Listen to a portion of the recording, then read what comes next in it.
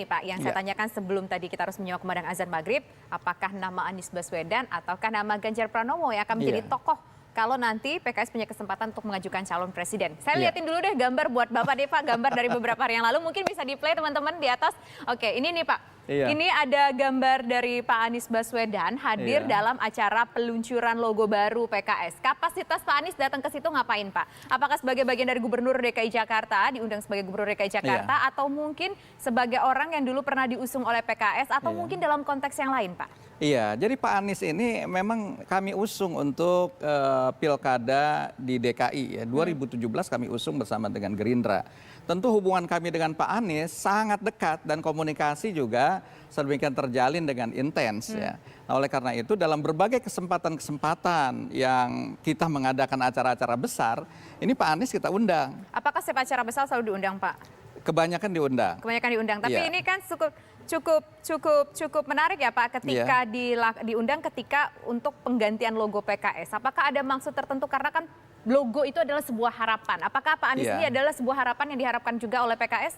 Iya, salah satu harapan mungkin iya ya, karena memang kita kan mengadakan acara ini di DKI Jakarta. Tentu wajar lah kalau kita mengundangnya juga Pak Anies Baswedan. Soalnya kalau kita mengadakan acara juga di Jawa Tengah, mungkin kita akan mengundang Pak Ganjar gitu ya. Nah, jadi dalam kapasitas beliau sebagai Gubernur DKI, kami mengundang dan mudah-mudahan tadi ini juga akan terus intens bisa kita bicarakan, termasuk membicarakan masa depan bangsa ini. Saat ini kira-kira yang dibidik yang mana? Pak Ganjar kah atau Pak Anies?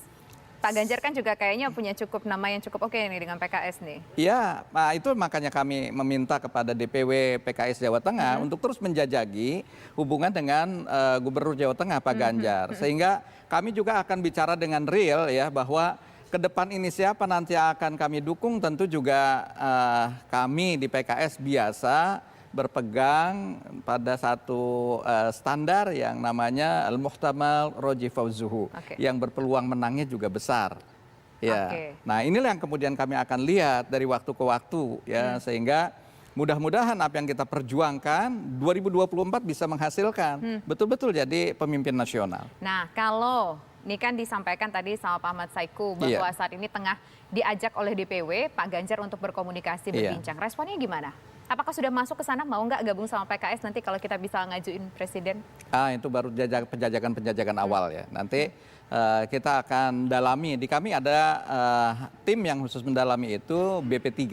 Jadi berbagai komunikasi dengan berbagai tokoh-tokoh ini akan dikaji. Bahkan kemudian nanti akan kami survei juga kaitan mana kira-kira yang memang bisa diterima oleh masyarakat. Jadi survei belum ya, survei belum dilakukan ya antara dua nama ini. Selain apakah hanya akan mensurvei dua nama ini saja atau mungkin ada potensi-potensi lainnya yang bisa dirasa diajak untuk bareng-bareng sama PKS? Iya, insya Allah masukkan juga nama-nama yang lain ya.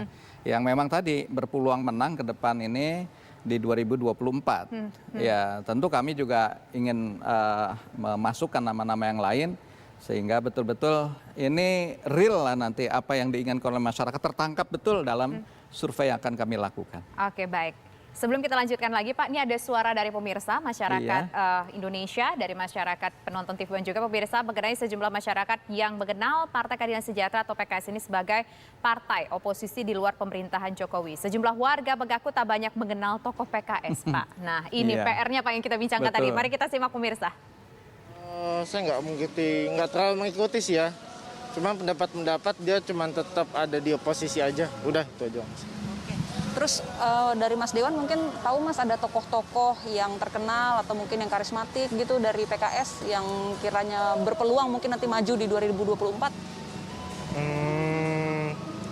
Belum tahu. Nggak ada tokoh-tokoh yang nggak tahu. Yang Mas familiar deh dari PKS? Cuman taunya Hidayat Nur Wahid. Wah, kurang tahu ya kalau tentang ini ya, kiprahnya di politik Indonesia ya. Setahu saya cuma oposisi doang. Dari dulu di luar pemerintahan Jokowi gitu doang. Oke. Tapi kalau Mas Ardian mungkin juga ada tahu tokoh-tokoh dari PKS yang menarik gitu, yang kelihatannya mungkin bisa berpeluang maju di 2024 gitu Mas? Kalau dari PKS sih saya kurang tahu ya. Kalau dari partai lain mungkin tahu sih, dikit-dikit. Paling sekedar oposisi aja, tapi kalau misalnya memberi saran, cuman kalau misalkan nggak se apa ya, kalau misalkan dulu kan PDIP koalisi juga, tapi nggak sekeras PDIP dulu lah istilahnya. Tetapi masuk oposisi. Kalau ngomongin PKS, mungkin ada tokoh yang langsung terlintas gitu kalau ngomongin PKS? Oh, kalau saya sih Pak Hidayat ya, Pak Hidayat Nur Wahid ya. Ya Pak, ada memang satu nama yang disebutkan Pak. Tapi ternyata ada juga yang nggak tahu Pak. Cuma satu nama kurang banyak. Mungkin kalau dibandingkan dengan partai lain, orang mungkin akan ingin ada nama A, B, C gitu. Walaupun nggak kita mention. Gimana nih Pak Presiden, tanggapan Anda nih? Presiden PKS akan menjawabnya pemirsa usai jeda berikut.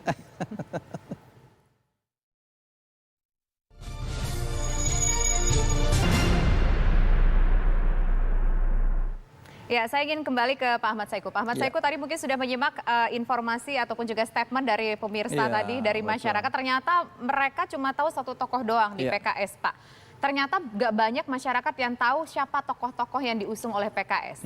PKS kayaknya minim tokoh, Pak. Meskipun tadi Bapak mengatakan akan mengusung satu yang sudah disebutkan dari PKS, sudah dari Dewan Syuro PKS tadi, kalau nggak salah namanya Pak Salim Asghaf ya? Iya, Salim Segaf Al-Jufri, Dr. Salim Segaf Al-Jufri. Itu gimana Pak? Banyak yang nggak kenal Pak? Pak Salim pun juga nggak disebutin. Mungkin ini karena ya TV One juga baru mengundang saya saat ini. Jadi tadi masyarakat belum mengenal juga. Mungkin kalau ditanyanya setelah saya bicara mungkin bisa juga ada masuk nama saya. Oke, jangan-jangan Bapak juga mau jadi calon presiden nanti Pak ya, kalau bisa ya. Nah, jadi memang dalam upaya kita melahirkan tokoh-tokoh nasional, kita ingin tadi mencetak ya, bahwa melahirkan figur tokoh nasional. Nah, apa yang diputuskan di Majelis Syuro yang kelima, ingin bahwa Habib Dr. Salim Segaf Al-Jufri ini menjadi tokoh nasional yang tadi mampu merekat, ya, sehingga menjadi guru bangsa.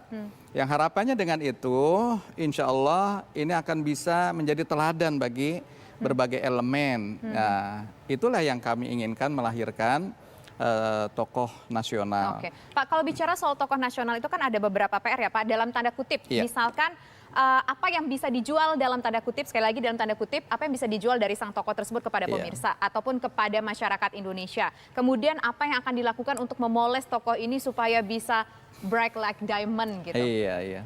Apa yang sudah kita lihat barangkali kalau sejarah kehidupan beliau ya, beliau adalah cucu seorang pahlawan yang dari Sulawesi Tengah, yaitu Guru Tua, yang biasa dikenal dengan Guru Tua, yang sekarang nama kakek beliau menjadi salah satu nama bandara di Sulawesi Tengah, Sis Al-Idrus ya. Nah, itu kemudian beliau juga pernah menjabat sebagai duta besar di Saudi Arabia, dan pada Kabinet Indonesia Bersatu kedua beliau menjadi Menteri Sosial. Nah, dari track record dan kinerja beliau, alhamdulillah bagus itu. Tapi kan kalau sekarang generasi muda itu kan sebetulnya kan hak pemilih ini juga nanti banyak 2024 adalah generasi muda, Pak. Generasi milenial itu lebih banyak juga punya hak suara yang cukup banyak nanti 2024. Apakah tidak mau untuk merangkul tokoh-tokoh dari kaum milenial? Misalkan apakah dari PKS sendiri tidak ada tokoh milenial yang akan ditonjolkan? Iya, kami sendiri di dalam kepengurusan kemarin di partai ya, bahwa kami berusaha untuk menarik pengurus-pengurus milenial. Di antaranya adalah Ketua Bidang Kepemudaan kami adalah Dr. Gamal Albin Said, ya, seorang tokoh sosiopreneur dari Malang.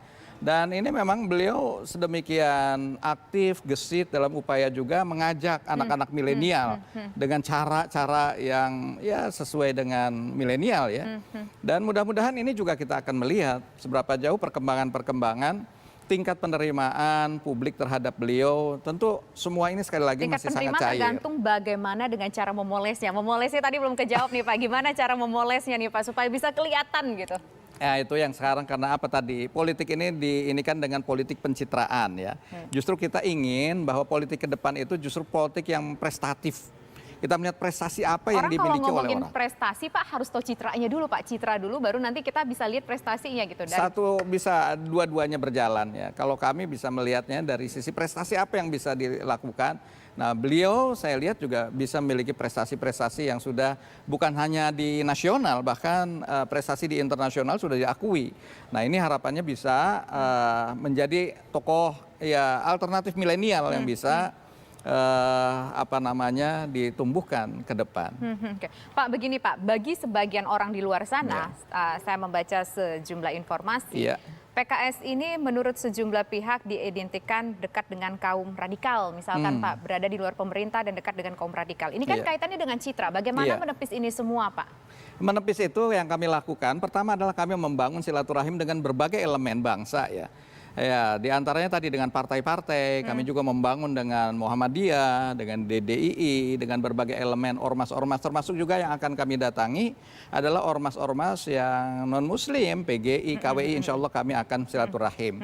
Nah, termasuk ketika kemarin kami diundang dalam pidato kebangsaan oleh CSIS pada ulang tahun yang ke-50, kami sampaikan apa visi misi PKS dan termasuk juga visi kepemimpinan PKS yang dilandasi dengan Pancasila. Dan akhirnya dari situ juga kemudian terungkap bagaimana sesungguhnya persepsi founder CSIS dan ketua sekretaris yayasan yang selama ini memiliki persepsi yang salah terhadap PKS. Nah, setelah dipaparkan apa yang visi misi PKS, tapi kalau hanya di satu forum saja CSIS tidak kemudian tersebar luas dengan masyarakat begitu. Ini kan juga akan jadi PR, masyarakat nggak akan tahu PKS ini seperti apa sebetulnya begitu Pak. Nah, itulah makanya kita melakukan terus silaturahim kebangsaan dan berbagai event-event yang kita lakukan sehingga masyarakat bisa lebih mengenal. Masyarakat bisa lebih memahami dan masyarakat bisa menghilangkan stigma-stigma terhadap PKS. Oke, baik. Nah, nih Pak, kita juga punya statement ataupun katakanlah analisis dari para pengamat politik di negeri ini Pak, mengenai PKS akan seperti apa ke depannya pemirsa. Seluruh partai politik tengah bersiap untuk memulai pemilu 2024 mendatang. Mungkin tak terkecuali dengan PKS atau Partai Keadilan Sejahtera. Tapi apakah status oposisi yang disematkan pada PKS akan tetap memberikan peluang di pemilu mendatang? Nah, ini menurut para pakar politik. PKS tidak tertutup kemungkinan menjadi partai politik yang sangat dirindukan gitu ketika PKS ini mampu mengadaptasikan dirinya secara agile gitu ya, secara lincah dan terbuka gitu untuk konstituen yang lintas gitu. Jadi PKS ini bisa dibayangkan menjadi satu rumah baru gitu ya bagi pemilih-pemilih baik itu muda maupun pemilih lintas umur dan sebagainya itu termasuk perempuan dan sebagainya dengan adaptabilitas ya. Jadi adjustment yang dilakukan oleh PKS ya yang belakangan ini juga banyak hal yang sudah diubah gitu ya oleh PKS. Suara PKS trennya saya lihat cukup baik ya dalam pengertian suaranya cukup stabil.